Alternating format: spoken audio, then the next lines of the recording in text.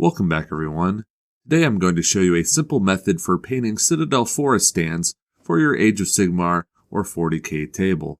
This tutorial was originally part of a much larger terrain piece I'm working on. I'm building a courtyard or shrine for my Sector Imperialis terrain for my 40k table. And I thought, you know what, maybe I'll break down that video into a bunch of separate parts so it won't be an hour long. And so here we are. I'm going to first walk you through just my simple method of painting these Citadel trees, which are actually really nice sculpts and really add some character to your terrain. Now, the first thing I'm going to do is I'm going to lay down some nice zenithal highlights. So I primed it all black, and instead of using gray like you would do with your normal zenithal highlighting, instead I'm going to take a dark brown here by Vallejo. I believe it is brown leather, and I'm going to cover all the trunks and the branches with this brown color.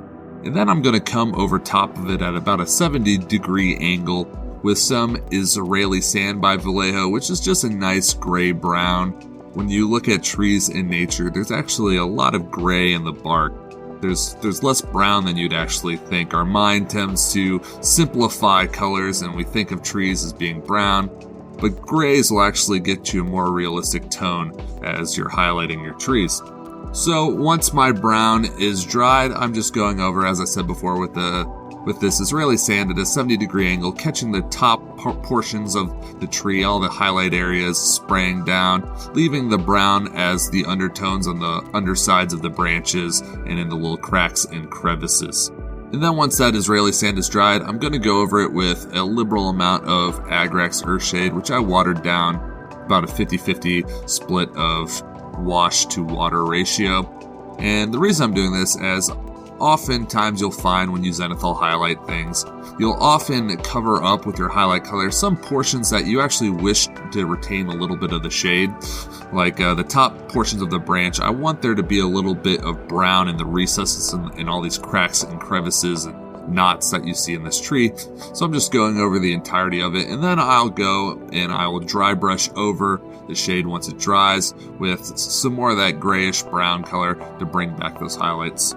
But since I'm trying to speed paint this tree, while the trunk is drying, while that wash is drying, I'm going to go ahead and start painting the foliage. So what we're going to do here is we're going to have a nice opportunity to practice some wet blending. So here I got 4 pretty traditional fall colors here. We have some orangish brown, and then we have a red orange, and then a bright red, and then we have a bright yellow over there. We're going to just blend these all together. So as you see here, I am taking that kind of orange color, and that's going to be our mid-tone color, and I'm kind of hitting the middle of our foliage here with that. And then I took some of the orangish red, and I painted the regions right next to that brown orange, and then I just took my brush and I kind of mixed the two colors together to get a nice subtle blend between those colors. And then to kind of up the contrast, I just took that red color and hit the edges of the foliage and then drew that back towards the center, blending all those 3 colors together. And then I'm going on the opposite end of my leaves here, and I'm taking that yellow. If you notice, I'm not clearing off my brush in between these colors. I'm kind of letting them sit on the brush. It helps, I find, with the blending process, especially with the yellows. The yellows is a pretty weak color. It doesn't have good coverage. So having some of those browns and even reds still in the bristle makes the coverage over the leaves a little bit better. So again, just keep mixing them together until I feel like I have a pretty decent blend. If you go too heavy with one color, you can go and often I'll take that mid-tone brown orange and I'll go and run that into the middle to tone down any of the yellow or the red that may have gotten excessive. But this is a great way, terrain is a great way to practice wet blending. I feel like wet blending is a technique that often scares people, but it's a quick way to get some nice transitions down. It's a much quicker way to blend than doing layer after layer of a really thin glaze.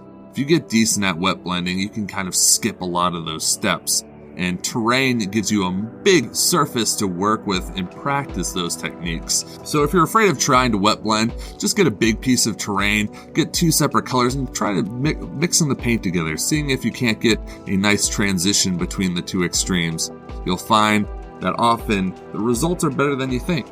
And you can employ this technique for not just autumn trees, but if you're doing a spring tree, if you want to go with your traditional green tree, you could do that as well. I'd probably pick kind of a mid-tone green, a dark green, put in the middle, and then I'd pick a greenish yellow on one side of the foliage, and then on the other I'd pick a straight yellow again, and I'd blend those greens and yellows together until you get something that kind of looks like this, has some nice smooth transitions to it.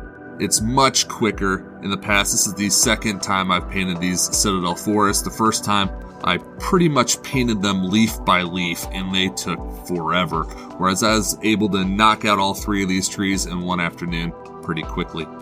So while the foliage and the leaf part of the trees are drying, we're going to go back and dry brush the trunk now. It often takes areas that you wet blend quite a while to dry because usually you're mixing a lot of paint together. So we're going to go back to the trunk now. And as I said before, we're just going back over it with that Israeli sand, that brown gray color, and just doing a dry brush over it. And it's a pretty, I'd actually probably call it an overbrush. There's still quite a bit of paint left on the bristle of my brush as I'm going over it. I really just don't want any of that gray going into the deep recesses, but I still want there to be good coverage with that gray. So we're just going over all the portions of the trunk and also hitting all those branches beneath the foliage, and maybe even going over some of these areas twice to make sure we build up the highlight color in areas where we know that light will be hitting.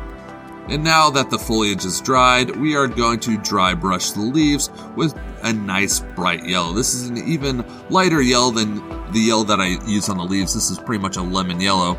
And as you can see, I'm doing a really slight dry brush. Nearly all the paint has been wiped off my brush, and I'm going over the leaves just to give a little bit of contrast on the individual leaves themselves, giving a little bit of a bright yellow outline to each of the leaves. When you look at autumn trees, even red leaves often at the edges have this yellowing. This is also a great way to blend all those disparate colors together. If you weren't all that smooth with your transitions when you're wet blending, bringing this yellow over top, it'll kind of unify all the colors and hopefully distract your eye from any bad transitions. So now we just gotta do some finishing touches. We have these branches that you can kind of make out in the middle of the foliage. So here I'm gonna paint them with that leather brown color that I base coated the tree in. You could probably skip this step. If you're not looking straight at this tree, you probably won't even notice these branches. So if you really are pressed for time, you need to get some of these done for a tournament or whatnot, I'd probably skip this step and just leave them with the fall colors painted over. But since I felt like I was kind of doing a speed job on these trees, I thought I'd at least add this little extra detail in. So just using a fine brush, getting all those little fine branches down with our base coat. And then once the base coat is dried, I'm actually going over with a mid-tone color, which is, by scale color, it is gray-brown. Since I'm not going to be doing any real blending, we're just doing some layering, I really felt like I needed a mid-tone between the brown and the light gray. And now I'm taking that Israeli sand and I'm just hitting the highest portions on these branches, the raised areas, just to give that really high highlight. The blends aren't going to be great, but we're going to go over it with a wash to help tie all the colors together on these branches poking out of our foliage here. So here we're using that Agrax Earthshade, which I'm applying like it's a glaze. Like I've wiped off most of the wash into a paper towel, and then I'm just going over with a really thin coating of the wash, not really letting it collect anywhere so I don't get any coffee staining or anything like that. And that, again, that will help blend all those colors together.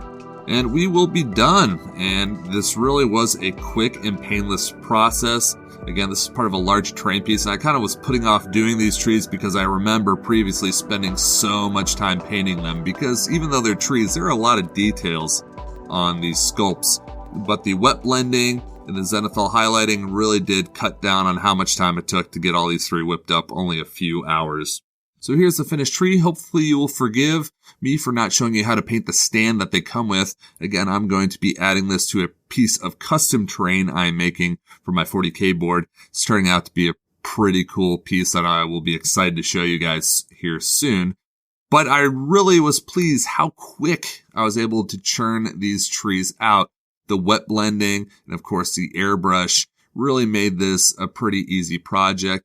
And if you don't have an airbrush at home, you could copy down the same effects using spray cans. Again, I'd start with a dark brown, use maybe like a Mechanicum gray or something, spray over top, and then use Agrax on the bark, and you pretty much have the tree portions. And then, as I said, get used to wet blending. It will make your life a lot easier. Even if you're not confident on your miniatures, put it on your terrain, get some practice in, and it will be another tool you can use in your repertoire.